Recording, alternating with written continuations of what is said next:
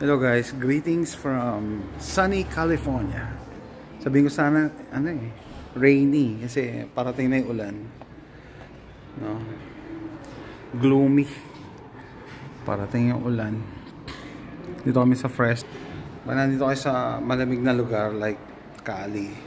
Gaganda kutis nyo. Kasi sarado yung pores. No? Anong pag-uusapan natin? Vlog lang ako ng mabilis. Yung misis ko kasi may kachat kanina. Kachat niya yung pamangkin niya. Pamangkin niya lalaki. Nasa Qatar. Tapos binalitaan siya na yung asawa daw nakunan. Parang 2 beses na daw nakukunan. 2 beses na nakunan. Sabi ko, tanungin mo kung anong klaseng box yung nakuha ng asawa. Ayaw patanong. Ayaw patanong. Sabi ko, what are the odds na yung kapatid ko, hindi ko na babanggitin yung pangalan, yung asawa, nasa Qatar din, nakunan din a few months ago. And then, kagabi may napanood akong clip sa FB Reel. Sinasabi nila na na confirmed na scam lang yung yung ganyan, scam lang yan, no, na hindi nga yan effective hindi yan effective kasi kung sino yung mga nagpaganito, sila din yung ilang beses na nag-positive. Dami kong kakilala ganun may ganito sila tapos nag-positive pa rin sila. So ibig sabihin scam talaga.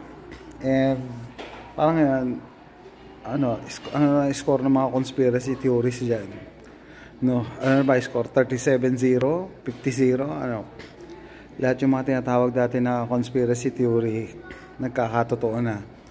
And sa Florida, di ba, tinanggal na nga yung requirement na vax. Tapos sa Amerika, tinanggal na yata sa requirement na vaccination yung COVID vaccine, tinanggal na. And na-expose na ngayon yung naglalabasan na yung side effect. Pwede bang tawagin na side effect yon? Pero yun talaga ang main effect na nila, di ba? Depop. Hindi pwedeng side effect ng Depop kasi yun talaga ang agenda nila is Depop, no? It just happened that yung mga sheeple naniwala na to the point na dinisregard na talaga yung science, dinisregard yung common sense. Pakita ko yung lugar, dinisregard lahat. Ganda rito, lumig, nag-jacket. And Old Town. Dito kami sa La Quinta Inn. Ngayon ako nakita ng hotel na ang reception nasa 2nd floor. Yung baba ginawa nilang parking lot lahat. Anyway, yun. So sabi ko ngayon, what are the odds na sa pamilya natin 2 nakunan in a span of a few months. Siguro pagitan sila ng 5 months. Yung pamangkin ni Mrs. Bagong kasal lang yun I don't know kung last year lang 2 years ago kinasal yata. 2 years o 3 years ago. Bago lang yun. Hindi pa nagkakaanak. 2 beses na nakunan.